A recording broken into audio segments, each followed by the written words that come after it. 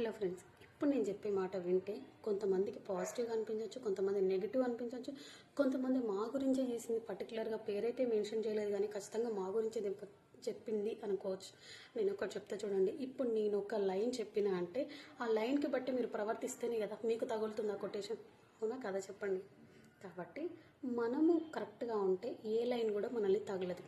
ఏదో తన బాధ చెప్పుకుందో తన అనుభవం చెప్పుకుందో అని మీరు అనుకోవచ్చు. అవునా కదా ఫ్రెండ్స్. ఎప్పుడు ఒక మాట చెప్తుంది నాకు, నిన్ను ఎవ్వరు పట్టించుకోరు అయినా నువ్వు అందరిని పట్టించుకుంటావు, నిన్ను ఎవరు పలకరించరు అయినా నువ్వు వాళ్ళని పలకరిస్తూ ఉంటావు, నీకెవరు సాయం చేయరు అయినా నువ్వు వాళ్ళకి సాయం చేస్తూ ఉంటావు, ఎందుకు నీకు అంత అతి మంచితనం అనేసి అంటావు. ఇది నేను ఏదో గొప్పలకు పోవాలని చెప్పట్లేదు, నేను ఒక్కటే విషయం చెప్తున్నా చూడండి ఫ్రెండ్స్. ఇప్పుడు ఈ వీడియో చేస్తున్నాను, నెక్స్ట్ మినిట్ నేను ఉంటానో లేదో నాకు తెలియదు. ఎవరు ప్రాణానికి ఎవరు గ్యారంటీ ఇవ్వలేరు. మనం చేస్తే మన వెనక వచ్చేది ఆస్తులు, అంతస్తులు, కులాలు, డబ్బులు, లక్షలు, కోట్లు కాదు, మంచితనం, చెడ్డతనం. అర్థమవుతుందా? మనం చేస్తే నలుగురు నోట్లో మంచిది అనిపించుకొనిలా ఉండాలి మన చావు. కానీ ఇది పోతే పోయిందిరా నాయన, భూమికి భారం దిగిపోయింది అనేటట్టు మాత్రం ఏ ఒక్కరి లైఫ్ కూడా ఉండకూడదు.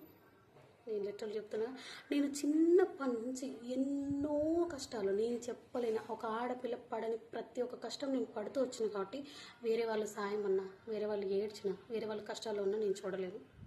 అంతే. ఈ విషయాన్ని కొంతమంది ఏమనుకుంటారు తెలుసా, ఈ అక్క పిచ్చిది, ఈ అక్కకు మేము ఎంత పట్టించుకోకపోయినా మా మీద పడి ఫోన్లు చేస్తుంది, మీద పడి పట్టించుకుంటుంది అనేసి అనుకుంటారు. నేను పిచ్చిదాన్ని మీరు అనుకోవచ్చు, నాకేం ప్రాబ్లం లేదు. కానీ మీకు చెప్తున్నా, మనం ఉన్నన్ని రోజులు మంచిగా ఉండాలి. మనం చేస్తే అనుషక్క మంచిది, భారతక్క మంచిది అనుకోవాలి. కానీ పోతే పోయిందిరా నాయన, ఇది ఉన్నంత పెద్ద ఇదే అని అనుకోకూడదు. అది అర్థమైంది. ఇప్పటికే క్లారిటీ వచ్చిందా?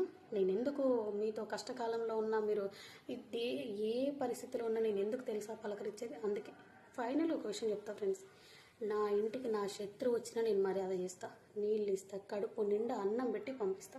అది నా బుద్ధి. మీరు గొప్ప అనుకోండి, ఏమైనా అనుకోండి, నా క్యారెక్టర్ అయితే ఇదే చెప్తున్నా కదా, అంతే. అంతకు మించి అయితే ఇక మీరు ఏమనుకుంటే మీ ఇష్టం.